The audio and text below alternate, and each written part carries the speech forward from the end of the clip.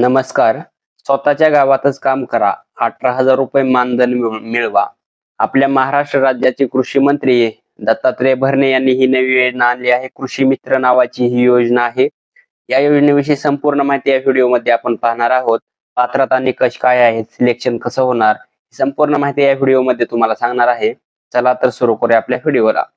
राज्यातील शेतकऱ्यांना अधिक प्रभावी मार्गदर्शन मिळावे आणि शेतीत आधुनिक तंत्रज्ञानाचा वापर वाढावा यासाठी राज्याच्या कृषी विभागाने महत्वाचा निर्णय घेतला आहे.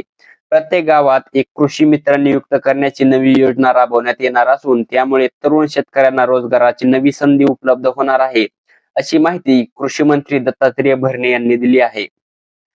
पुण्यात आयोजित एका पत्रकार परिषदेत दत्तात्रय भरणे यांनी या योजनेची सविस्तर माहिती दिली आहे. राज्यातील शेतकऱ्यांना योग्य वेळी मार्गदर्शन तसेच सरकारी योजनांची माहिती पोहोचवण्यासाठी ही योजना उपयुक्त ठरणार असल्याचे त्यांनी सांगितले आहे. आधीच हजारो कृषी पर्यवेक्षकांची नियुक्ती. भरणे यांनी सांगितले की राज्यात शेतकऱ्यांना मदत करण्यासाठी 11,587 कृषी पर्यवेक्षकांची नियुक्ती करण्यात आली आहे.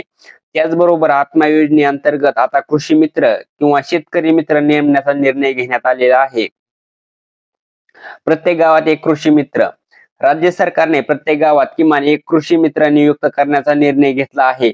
या पदासाठी अनुभवी, प्रयोगशील आणि नवीन तंत्रज्ञान स्वीकारणाऱ्या शेतकऱ्यांची निवड करण्यात येणार आहे. कृषी अधिकाऱ्यांसोबत समन्वय. नियुक्त करण्यात येणारा कृषी मित्र हा संबंधित सहाय्यक कृषी अधिकाऱ्यांसोबत काम करणार आहे.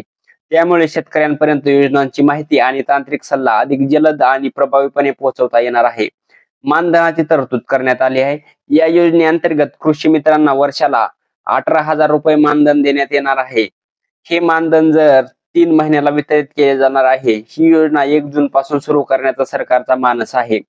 पात्रतेच्या अटी आणि महिलांना प्राधान्य. कृषी मित्र पदासाठी काही निकष निश्चित करण्यात आले आहेत. उमेदवाराचे वय 40 वर्षापेक्षा कमी असावे, संवाद कौशल्य चांगले असावे आणि समाजकार्याची आवड असावी. तसेच सोशल मीडियाचा वापर करता येणे आवश्यक आहे. किमान माध्यमिक किंवा उच्च माध्यमिक म्हणजे 10वी किंवा 12वी शिक्षण असणे आवश्यक आहे. विशेष म्हणजे या योजनेत 30% महिलांना प्राधान्य दिले जाणार आहे. जिल्हास्तरीय भरती प्रक्रिया. पहिल्या टप्प्यात 11,587 कृषी मित्रांची नियुक्ती करण्यात येणार असून ही प्रक्रिया जिल्हा स्तरावर राबवण्यात येणार आहे, असे भरणे यांनी सांगितले आहे. या योजनेमुळे शेतकऱ्यांना तांत्रिक मार्गदर्शन अधिक सुलभ होईल, तर ग्रामीण भागातील तरुणांना रोजगाराची संधी उपलब्ध होईल. कृषी क्षेत्राच्या विकासासाठी हा उपक्रम महत्वाचा टप्पा ठरणार आहे. तर एका वर्षाला तुम्हाला 18,000 रुपये असं मानधन मिळणार आहे. तर या योजनेविषयी जर तुम्हाला अजून माहिती पाहिजे असेल तर तुमच्या जवळच्या कृषी अधिकाऱ्याशी संपर्क करा. धन्यवाद.